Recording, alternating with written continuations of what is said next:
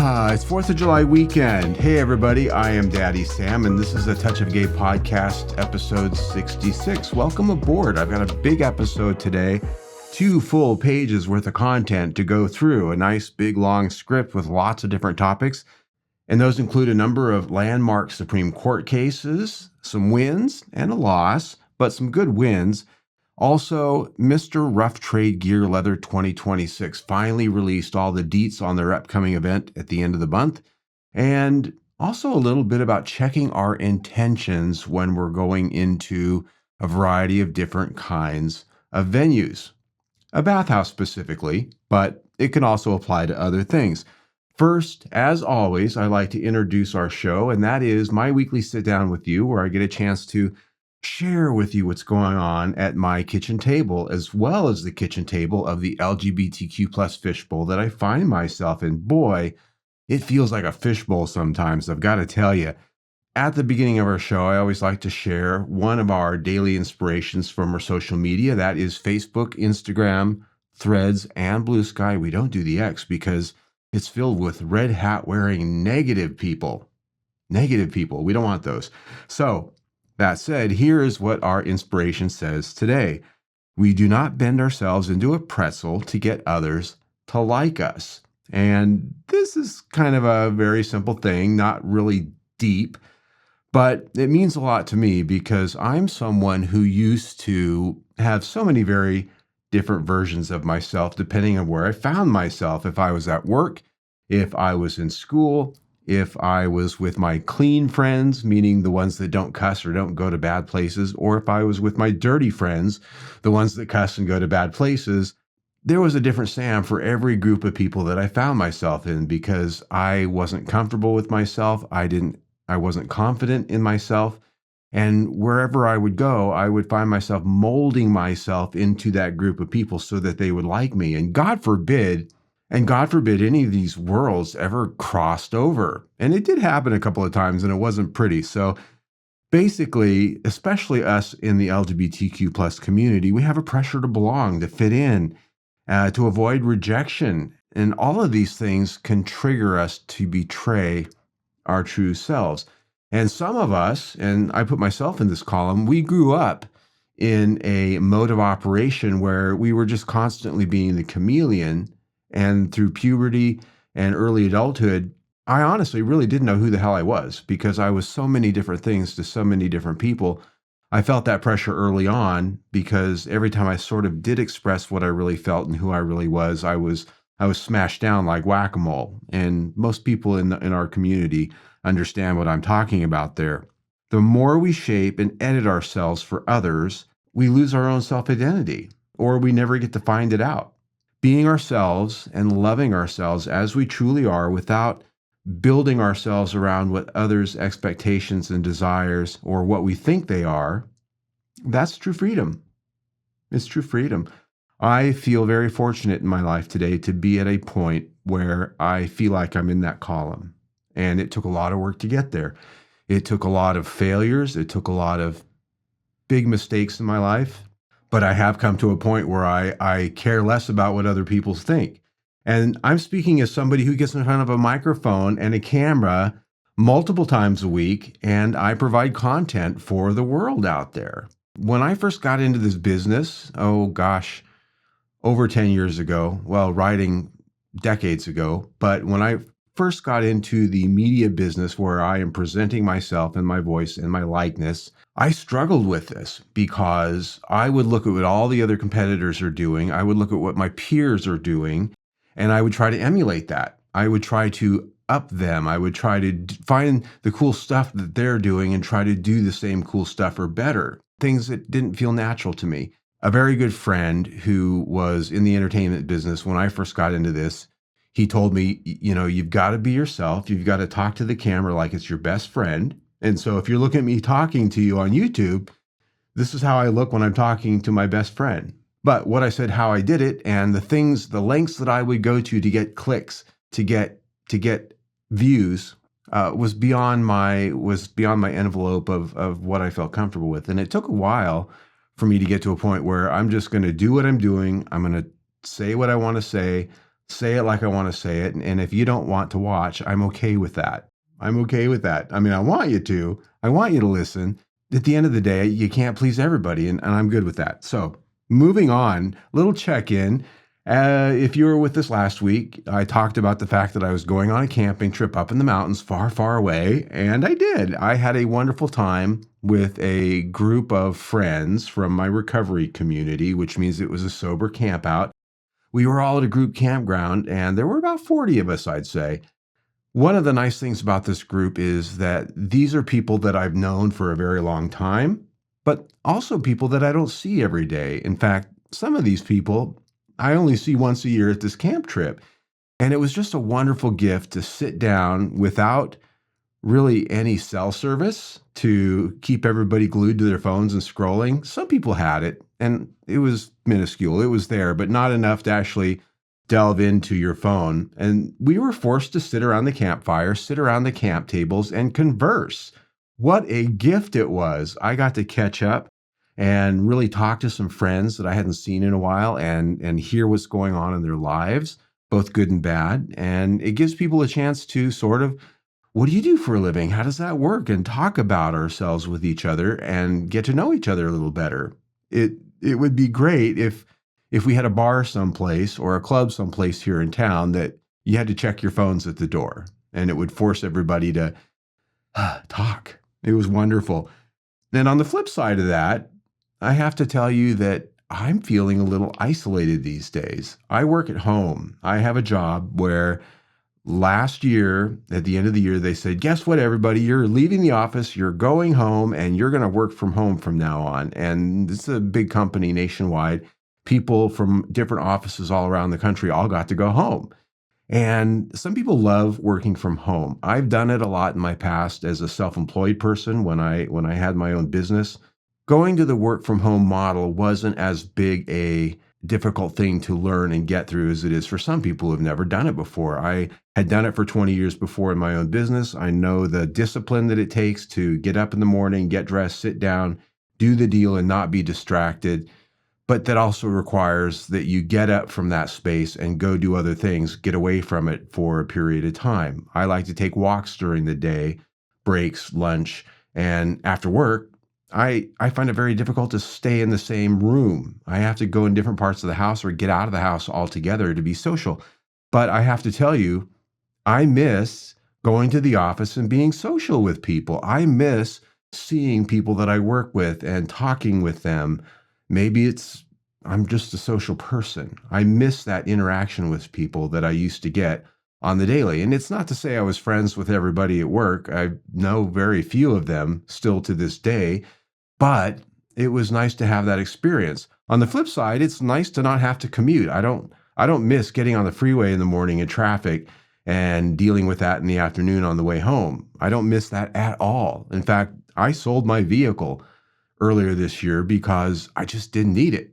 I live in a city. I can walk or take an Uber anywhere I want to go. And I do get press cars for my other channel. So I have a car half the time, and we do have a family car that my husband drives, but I do enjoy the gifts of not having to go into the office, but I'm feeling pretty isolated. And that was underlined this last weekend when I was visiting with a number of friends from my recovery community who I don't see very often anymore because not only my work schedule doesn't allow me the opportunity to get out and be out where they're at most of the time, but it was just a reflection. It was an opportunity to look in a mirror that I hadn't looked in a while and sort of reevaluate how I'm feeling inside about certain things. And so work from home has a lot of benefits, but it requires I'm going to have to change things up a little bit somehow, I think, and to deal with this, to either make more time to get out and do things away from the house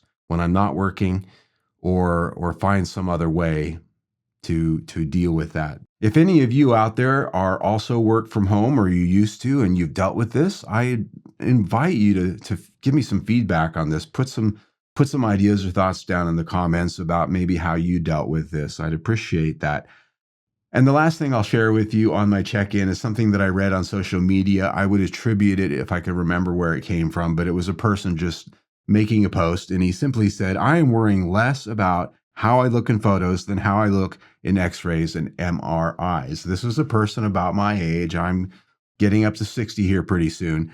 And this sort of goes back to that first thing in our inspiration thought about not wanting to bend ourselves into a pretzel to get others to like us.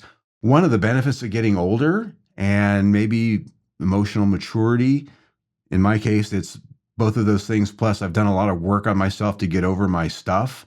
I am worrying less about how I look in photos because honestly, I don't do a lot of selfies. If you follow me on social media, the photos you do see of me they're highly curated because I think I look absolutely awful in pictures. Every time I try a selfie, I think my facial expression's off. I'm looking the wrong way. I just look like a boof and I don't like it. And so that's why I don't do a lot of selfies. But I don't worry about it. Other people take pictures of me and they post them. My husband takes pictures of me and he posts them. And sometimes I look at these pictures and I just go, God, that's an awful picture of me. And everybody else just kind of goes, what are you talking about? But I've gotten to where I don't care as much about that. And part of it's we all, I think gay men especially, we tend, not all, but many of us go through this thing of body dysmorphia. We always look at ourselves in the mirror and we think, I could fix that, or I don't like that, or whatever. I'm there too. I've done that. I still do that. I'm getting older. I have a dad bod, but to my surprise, it hasn't stopped me from having friends and having playmates, and it's not gotten in the way of my life at all. And I'm just finally getting to a point where I'm worrying less about that. And it's freedom, just like being ourselves, loving ourselves is freedom, not really caring so much about what people think when they see your picture, except when I'm trying to promote my channel, of course. I make sure I look as good as I can look. So there's that. Now we got to talk about some real content. Shit Show 2026, and that is, of course, the world that comes at us from Washington and all of the social wars that the right likes to wage. Well, the Supreme Court has landed on a few things this week, some good, some bad. And so we're going to talk about three major things that really caught my attention that I think are important. And the first, we're going to start with the bad news first, is a loss. The Supreme Court upheld states' rights to ban transgender women and girls from sports. The decision hands Republican-led states a major victory in their campaign to restrict transgender students, their participation in school sports. This has been in the news. It's been a big, huge issue for the right. They just cannot deal. They cannot deal. So they put together some cases and they pushed them all the way up the system to the Supreme Court, hoping that their right-leaning court would go their way, and it did. Justice Thomas, I think, encapsulates in one of his writings on this exactly where the right is. And he simply said this: men and boys with gender dysphoria are not women and girls, even if they believe that they are. Yeah, that encapsulates to me in one sentence where the right is. They still believe that gender dysphoria, which is the medical diagnosis term for someone who's transgender, they still believe it is a mental illness and they treat it like it. It's a moral problem for them. And that's the way they're always going to think about it because that's just how they're wired. And Justice Thomas, I think, encapsulated that just perfect. One could say he said the quiet part out loud, but it's not the quiet part for them. Most people would find that very offensive. I find that very offensive. The last bit I'll share with you is something that I read on Advocate, and it says that the legal fight by those on the side of bans was never only about who gets to run or race or join the team. It's about whether transgender people can be carved out of public life by category. And yeah, a lot of these cases, on their face, they're about, oh, this person can't use a bathroom or this person can't join the team. But the reality is these cases help shape the precedent which allows them to move to the next step. They want to carve out transgender people as the other, as legally existing in a different space than men or women. They don't want them to be accepted socially. They don't want them to be accepted legally or by the law. I disagree with that, of course, but this case was as much about pushing that ball forward to cement another brick in the wall that allows the right to try to separate transgender people from mainstream society. to take their identity away and to take their rights away and to take all of this away. And that's just a sad thing. But let's talk about some good news, because there were some good wins, not only for transgender, but the rest of us. First one is transgender troops win a major ruling in a lower court in their fight against Trump's military ban. Trump earlier in the term did an executive order banning transgender troops from the military. Now, I happen to know of a couple people that are transgender who are serving in the military quite proudly, quite well, and they're highly esteemed in the military. The decision is certifying a class for this lawsuit as a class action. It is rising above just the couple of people in the case Talbot versus Trump that now turns this into a class action, which makes it a bigger, weightier, more broad-shouldered case, so that either way that it goes, it can apply to a larger class of people. It's not just the people that are involved in this individual case. It can apply to all transgender people, and they're still working out the details on that. It is being set for a trial date of January 4th, 2027 for a trial, which means when they actually get to trial, they'll be able to present the case, and we'll see how that goes. Whatever the outcome of this lower court case is, it is something that is surely going to be headed straight to the Supreme Court at some point. So this is a case that could still go either way, but this is good news because it's moving forward in the right direction. It's being expanded to a class action, and that's a big deal. It gives it more importance, it gives it more weight, and it brings more resources to the table to fight the good fight.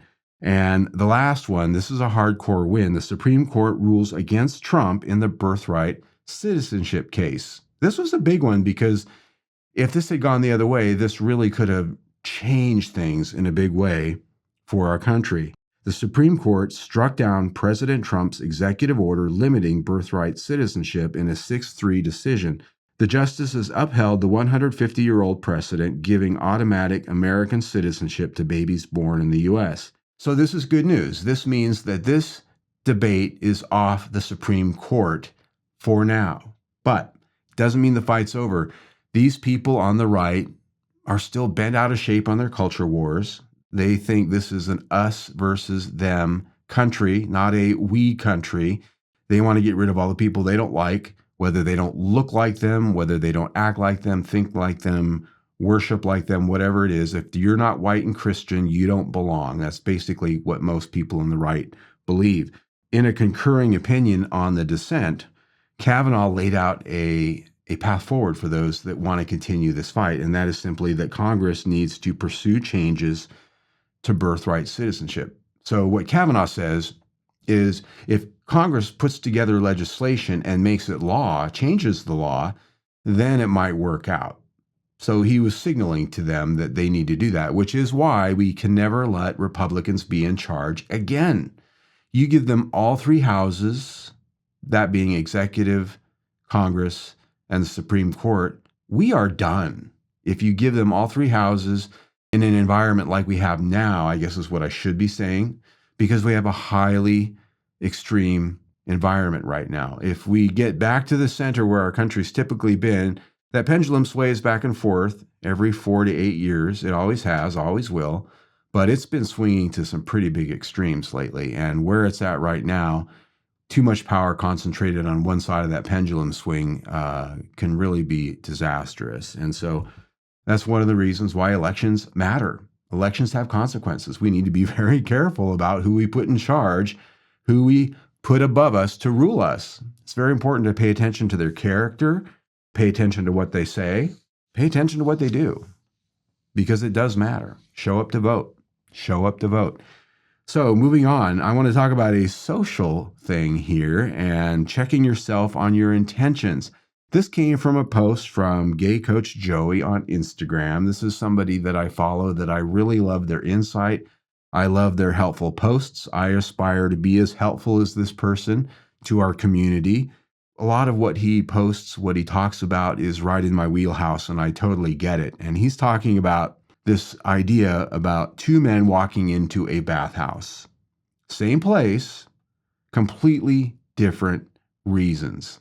One is trying to outrun something, anxious, lonely, hoping this makes the feeling stop. One is just living. He's good. He showed up because he wanted to. Same room, same night, two completely different worlds. When you're regulating, you're constantly scanning for rejection. You're not present. You're in your head. When you're full, you're just there. Connection, enjoyment, pleasure for what actually is. You get free when pleasure becomes something you enjoy, not something that you need. That's the difference. That's the work. I'm going to pause here in going through this because I have been both of these people myself, going into the bathhouse, going to the bar, going to the club, going to really any social occasion. And if any of you pearl clutchers are out there just already turned off by this conversation because you say, oh, I don't go to bathhouses, I don't do that, you're missing the point. This can apply to any social situation, but a bathhouse is a perfect example because it's a place that has a high energy return. It's a place that gets the dopamine flowing much, much bigger in a higher way than almost any other social occasion. And I've been both people when I walked into this place. I've been the guy that walks in and doesn't leave until I've walked and walked and walked and gotten as much as I could and wasn't willing to leave and give up on the fight to get some kind of fill for my hole. And I don't mean that sexually. I mean the emotional, spiritual hole that's empty. If I went in there empty and needing connection, needing some kind of a fix, it doesn't come. No matter how many people you might connect with, you can walk around there for 8 hours until they kick you out and still walk out of there disappointed. I also have walked into these places already happy, already fulfilled. This is just going to have some fun to get some extra. Maybe I'll get a little bit extra and okay, all right, I've had my fill, I'm ready to leave. And that's a good indicator for me on anything, really. If I'm fixing on something, if I'm going to get enjoyment about something, if I'm hanging out to squeeze the last drop out of it and not happy with anything that comes my way, that's telling me something. If I get a little bit of this and a little bit of that, I'm like, yeah, I'm good. Time to go home. Then I know I'm in a better place. And he goes on to say that next time, pause before you walk in. Ask yourself, am I here because I want to be or because I need to be? Relief or freedom? Which one are you in right now? And I love this.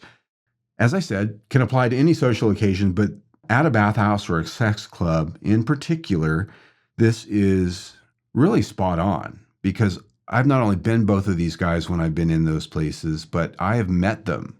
I've met guys that, they can take it or leave it. They can set boundaries. They can make choices. They don't have to take everything that comes their way. They're not willing to give themselves to anything that happens to them. There are some people that you will meet in these places, and I've been this person, where you don't care who it is. You don't care what they want. You'll be whatever they want. It goes back to our little bit we started the show out with today. Some people will bend themselves into a pretzel to get connection at a bathhouse. Literally. Other people, if they're already fulfilled and they're just going there for some extra fun, might be willing to set a boundary saying, no, you're not what I'm looking for today. Of course, kindly. Or they will only do the things that they want to do or that they are most natural and authentic in doing. Are we top? Are we bottom? Are we versatile? Are we doing whatever that is just to connect with somebody because we need it? Or are we just there for fun and we're drawing the line at what's fun for us or not? I highly suggest you check this guy out. Gay Coach Joey is in the show notes, his Instagram link, or it's on the screen if you're watching on YouTube. Yeah, Gay Coach Joey. Thank you for this and check him out. Event this episode that I'm going to talk about, Mr. Rough Trade Gear Leather 2026. It is at the end of this month, July 30th through August 2nd in Los Angeles. This is an event that goes over the weekend. It is split between the Eagle LA and the Rough Trade Gear store, which is on Sunset Boulevard. This is an event that is very community oriented. It's less flash than some of the leather contests out there.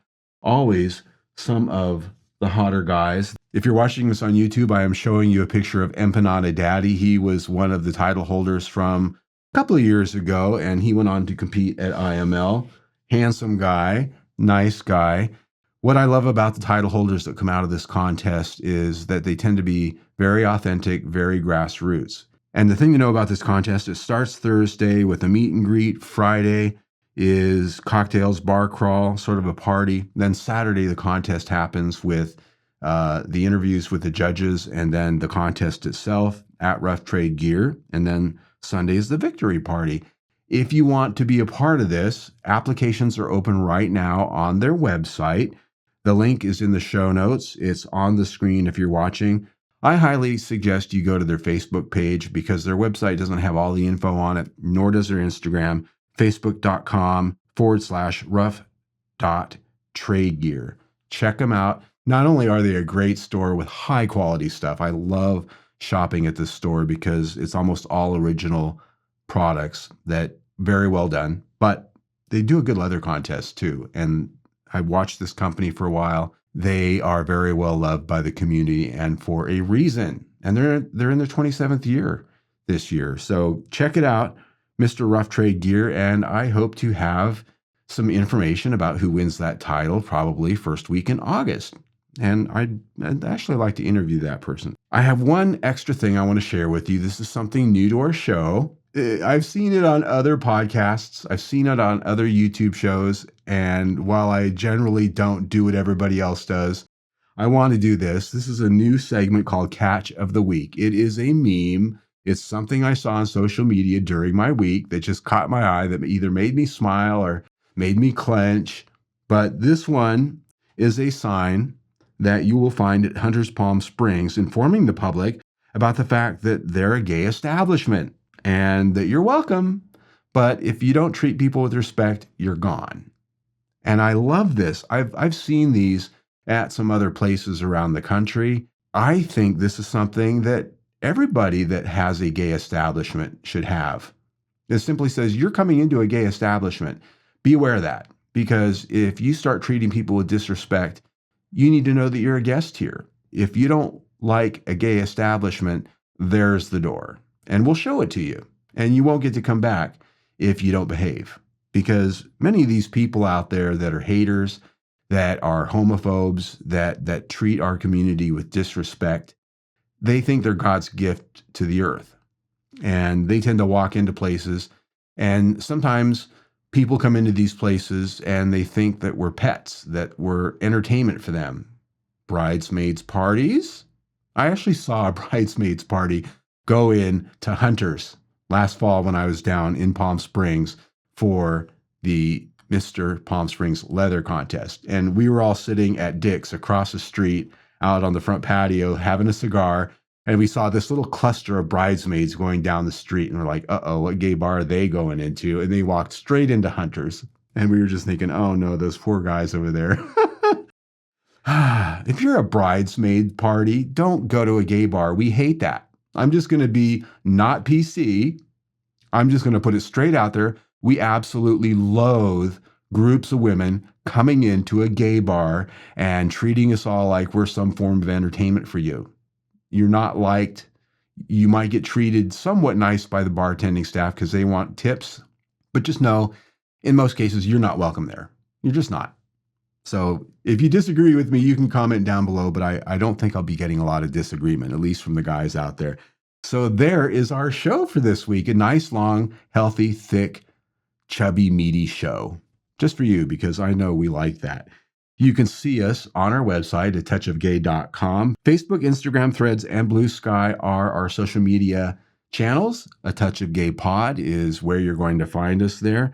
Our podcast drops on all of the major platforms on Sunday of every week. And if you're watching us on YouTube, you can see the graphic that's got all the chiclets that show the different platforms that we're on. And of course, the biggest one is YouTube. And hopefully you're watching us there. That's where we have our largest audience. And you can comment down below.